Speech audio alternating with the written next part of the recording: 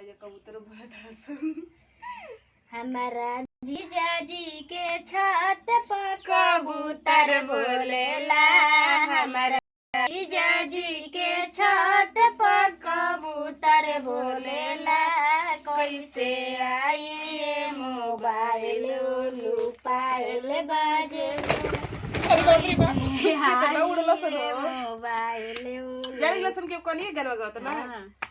अपना पौआ के परलिया हाथ में ले ला, अपना पौआ के परल धोरिया हाथ में ले ला। कले खोला दरवाजा माजा मार ले दा, कले खोला दरवाजा माजा मार। हमारा भैया जी के छत पर कबूतर बोलेला। कैसे बोला गुटरू गुटरू बागुला सरम का बुढ़िया सन बोला सनने कि हमारा भैया जी के छत पर कबूतर बोलेला।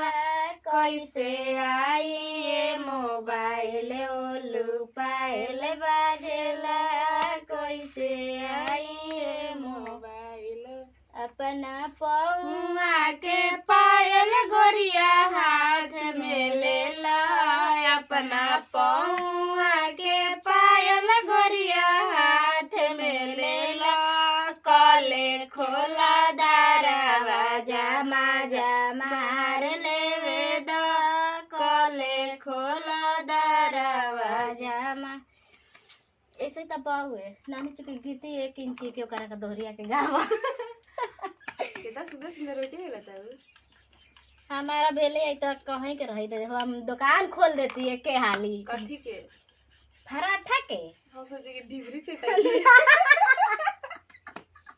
तार मुंह फरला नहीं होती है ऐसे देख रही है कथी के दुकान ना पराठा के कि माने एकदम भुंजिया पराठा बेचत रह दुकानी पर। देखो लोग भोर ले उठ के 12 ने खिचक ले हुए हैं ने लपटाइल होते हुए हैं। अच्छा तोहारा तो उठ उठ के माने सिंगारे पटा लो। एगो तोरी जन खिलाड़ हो जाई रे, देखो काट के हमर बारवा का कद ले दिए ना बड़े बड़े बार ना रही। देखो तो कुछ पूछ नहीं न होइल बा तो काहे के तू कैसन की कटवावे गोरो हो? छटवावे गोरी कटवावे ना गोरी। अब तू ही बड़ू कम के भौजी तनी बारवा फरल बा तनी छाट द तो तू का करबू कदा पे लोकरा के एथी कर देबू। कैसन होई हन ले गोली हन बेच के कुछ खाए खाती। ओ मोर दे बारवा बड़ी महंगा बेचला ना। गांव में तो सुनो ओकरा सब चीज लोटा गिलास आ कमंडलो दे तो सब दूध लागे वाला। हां सब मिलता है।